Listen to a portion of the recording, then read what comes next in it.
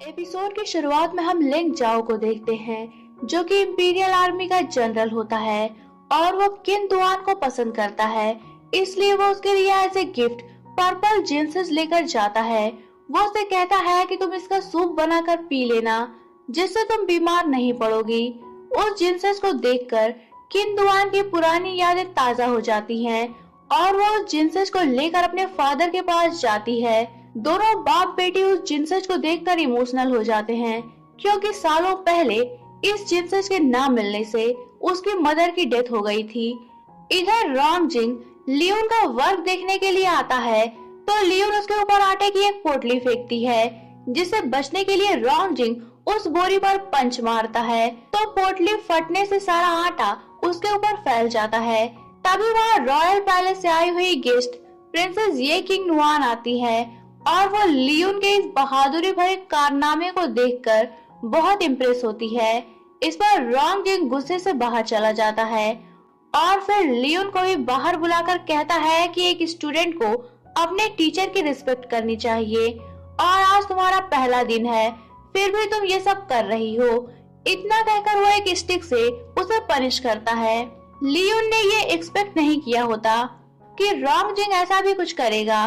फिर वो उसके सर पर एक प्लेट रखकर उसे प्रिंसेस की तरह चलना सिखाता है।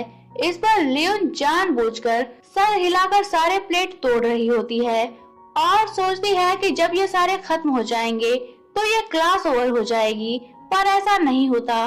सारे प्लेट खत्म होते ही रॉन्गजिंग अपने असिस्टेंट जियांग से और भी प्लेटें मंगा लेता है, जिसे देखकर लियोन शॉक्ड रह जाती है और किसी तरह टास्क को कंप्लीट करके घर जाती है। वहाँ वो कैलन से रॉन्ग मैंसन की लाइब्रेरी तक पहुँचने का मैप बनवाती है और फिर उस मैप को लेकर रात को छुपते छुपाते लाइब्रेरी में पहुंचकर टाइम ट्रैवल से रिलेटेड बुक को ढूंढने लगती है।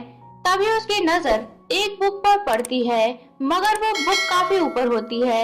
लियोन उसे उतारने की कोशिश करती है, तभी वहाँ रॉन्गजिंग आ जाता है और वो उस बुक को उतार कर लियोन से पूछता है कि तुम इतनी रात को चोरों की तरह यहाँ क्या कर रही हो। इस पर लियोन कहती है कि मैं बस कुछ बुक्स को पढ़ने के लिए लेने आई थी। इस पर रॉन्गजिंग कहता है कि तुम्हें तो पढ़ना नहीं आता, फिर तुम इस बुक का क्या करोगी। लियोन बहाना बनाते हुए कहती है कि मैं बस इसमें बनी तस्वीरों को देखना चाहती थी। इतना कहकर वो उस बुक को रॉन्गजिंग के हाथों से लेने की कोशिश करती है और इसी छीना झपटी में वो रॉन्गजिंग के ऊपर गिर जाती है और यहाँ उन दोनों की किस हो जाती है।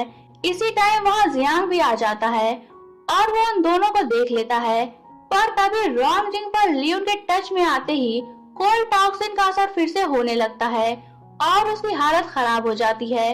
जियांग उसे संभालता है, पर लियोन काफी एम्बैरेस फील करती है और वो बुक को लेकर वहाँ से वापस अपने घर आ जाती है।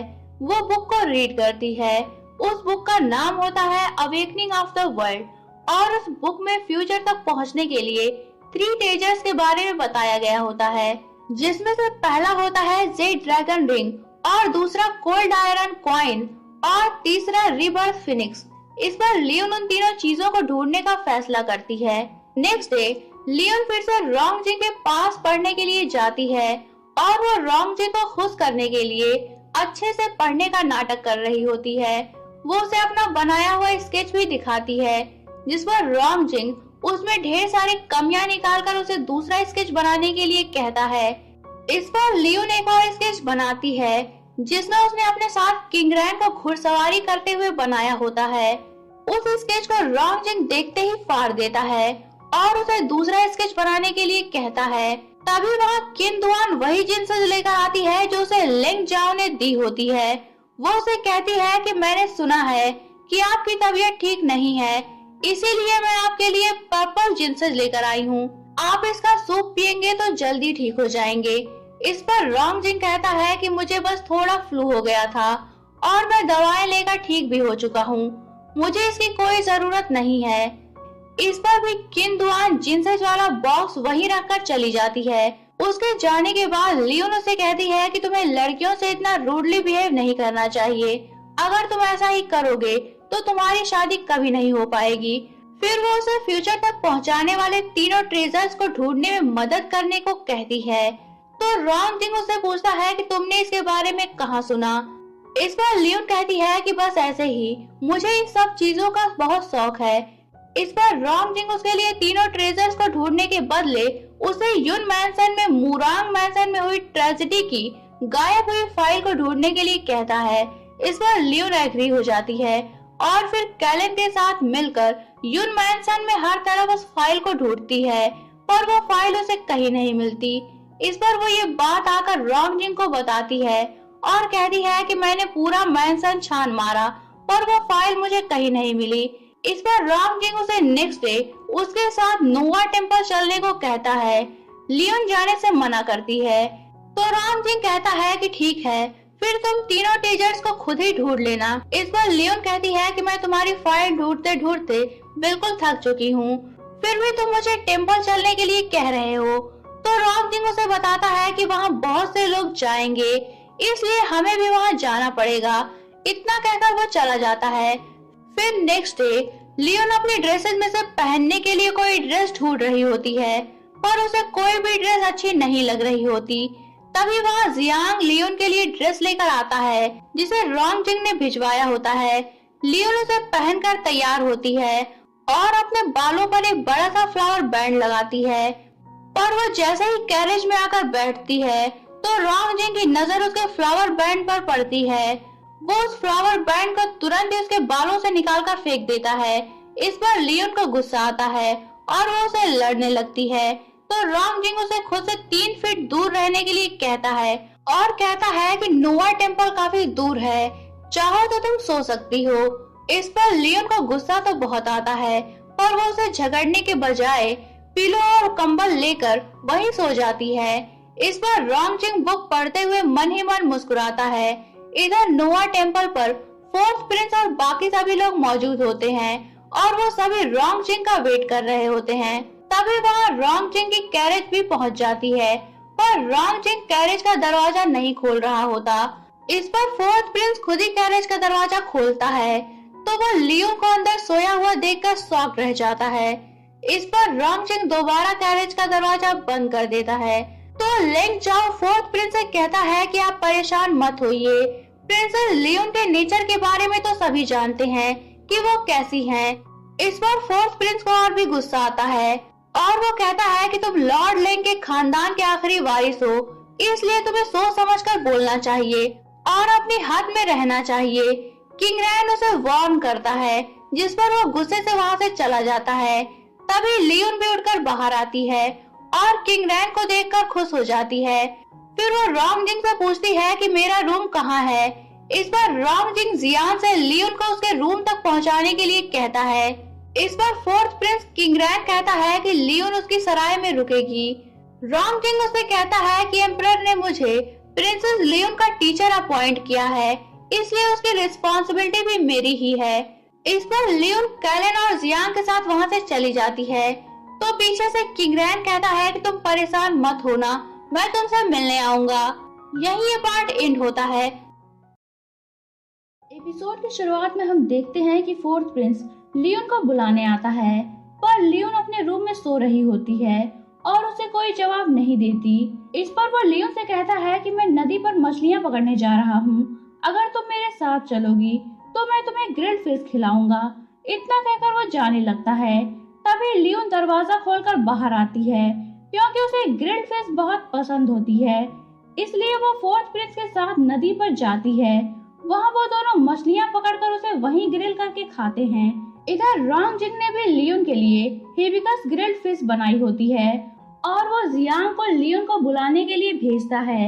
इस पर जियांग उसे वापस आकर बताता है कि प्रिंसेस लियोन फोर्थ प्रिंस के साथ घूमने गई हैं। ये सुनकर रॉन्ग जिंग को बहुत गुस्सा आता है और वो जियांग से सारा खाना बाहर ले जाकर फेंक देने के लिए कहता है।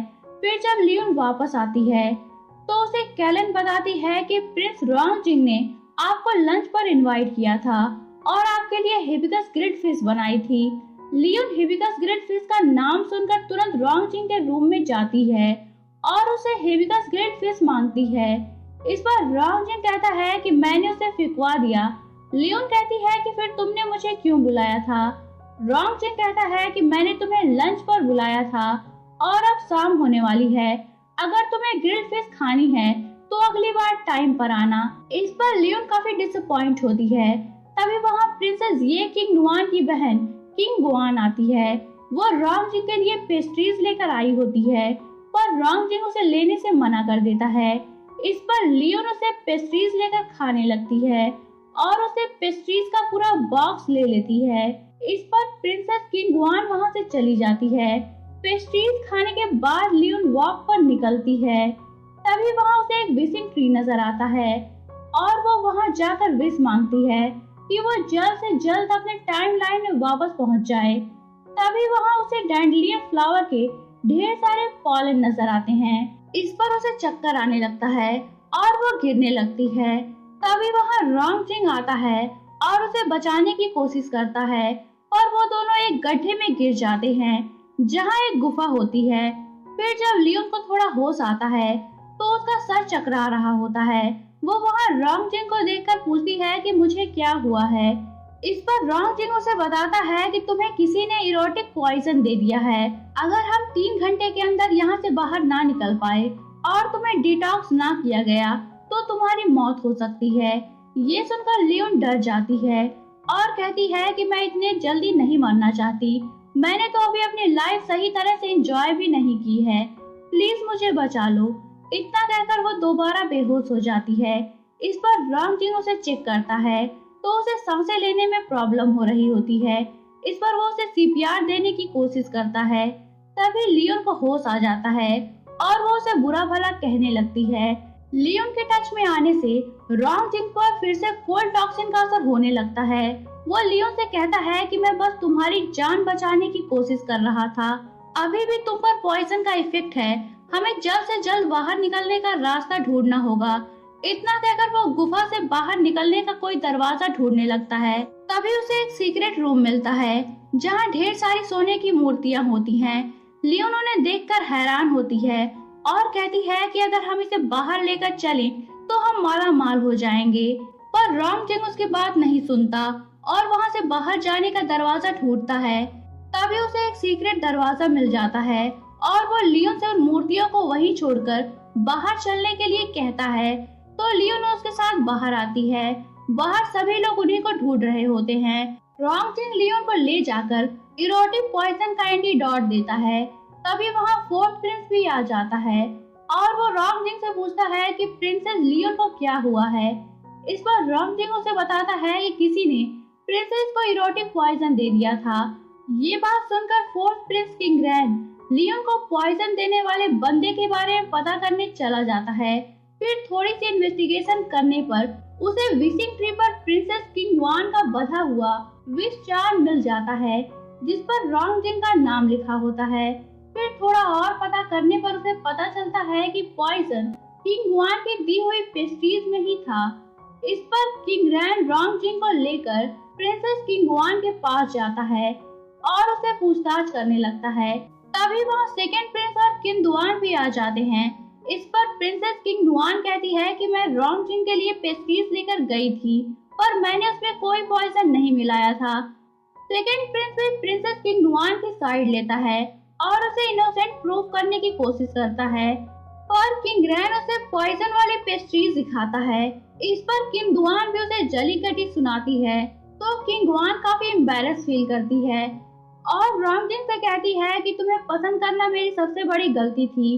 आज मेरी सेल्फ रिस्पेक्ट हर्ट हुई है, इसलिए मैं कसम खाती हूँ कि मैं दोबारा तुमसे कभी भी नहीं मिलूंगी। इतना कहकर वो चली जाती है और सेकंड प्रिंस भी उसके पीछे जाता है। फिर नेक्स्ट डे सभी वहाँ से वापस आ रहे होते हैं। तभी किंग गुआन की मेड आकर उन्हें बताती है कि किंग गुआन ने पहाड़ी से कूदकर अपनी जान दे दी है। ये सुनकर सभी शॉक्ड हो जाते हैं। फिर वापस आकर वो सभी लोग किंग को सारी बातें बताते हैं तो किंग भी अपनी बेटी को खोकर काफी दुखी होते हैं। इस पर रोंगजिंग अपने इन्वेस्टिगेशन से पता चलने वाला सीक्रेट किंग को बताता है और कहता है कि प्रिंसेस ने जो किया वो उनका प्लान नहीं था। उन्होंने पेस्ट्रीज में खुद पॉइजन नहीं डाला था, बल्कि सेकंड प्रिंस ने पेस्ट्रीज में पॉइजन डाला था। इन्होंने ऐसा क्यों किया, ये बात बस यही बता पाएंगे। यहाँ हम विवर्स फ्लैशबैक में देखते हैं कि सेकंड प्रिंस किन दुआन को पसंद करता है और वो किन दुआन को प्रपोज करते हुए कहता है कि एल्डर ब्रदर के क्राउन प्रिंस की पोजीशन से हटने के बाद मैं क्राउन प्रिंस बन गया हूँ और जल्द ही मैं किंग बन जाऊंगा। क्या तुम मेरी क्वीन बनोगी? इस पर किन दुआन कहती है कि शायद तुम भूल रहे हो कि क्राउन प्रिंस जो कोई भी बनेगा उसकी शादी लियोन से होगी और लियोन ही क्वीन बनेगी। इतना कहकर वो चली जाती है और उसकी बात सुनकर सेकंड प्रिंस एक प्लान बनाता है और वो ही किंग वान की पेस्टीज में पॉइजन मिलाता है, क्योंकि उसे पता होता है कि वो पेस्टीज रॉन्जिंग नहीं खाएगा और लियोन उसे जरूर खाएगी और अगर उस पॉइजन से उसकी मौत हो जाएगी तो उससे उसे हमेशा के लिए छुटकारा मिल जाएगा। किंग सेकंड प्रिंस के इस क्राइम पर आग बबूला हो जाते हैं और वो सेकंड प्रिंस से भी क्राउन प्रिंस की पोजीशन छीन लेते हैं और उसे उसके रूम में ही नजर बंद रहने की पनिशमेंट देते हैं। नेक्स्ट सीन में हम थर्ड प्रिंस ये तियानी को देखते हैं जो अपनी आर्मी के साथ बागी कबीलों से लड़कर उनके विद्रोह को दबाने का काम करता था। वो काफी दिनों से कैपिटल से दूर है और फाइनली सभी विद्रोहियों को खत्म करके घर वापस जाने की तैयारी में होता है और यहाँ हमें ये भी पता चलता है कि वो भी लियोन को पसंद करता है, इसीलिए वो लियोन के पास अपने कबूतर से एक लेटर भिजवाता है जिस पर लिखा होता है कि वो बहुत जल्द कैपिटल वापस आने वाला है। इस लेटर को पढ़कर लियोन को कुछ समझ नहीं आता और वो कंफ्यूज हो जाती है कि वो लेटर किसने भिजवाया है। यही ये पार्ट एंड होता है। तो दोस्तों, अगर आप जानना चाहते हैं कि कहानी में आगे क्या हुआ तो बने रहिए मेरे साथ और अगर आपने अभी तक चैनल को सब्सक्राइब नहीं किया है तो चैनल को सब्सक्राइब करके बेल आइकन पर क्लिक कर लीजिए ताकि आपको हमारे आने वाली वीडियोस की इंस्टेंट नोटिफिकेशंस मिलती रहे। तो मिलते हैं नेक्स्ट वीडियो में, तब तक के लिए take care and good bye.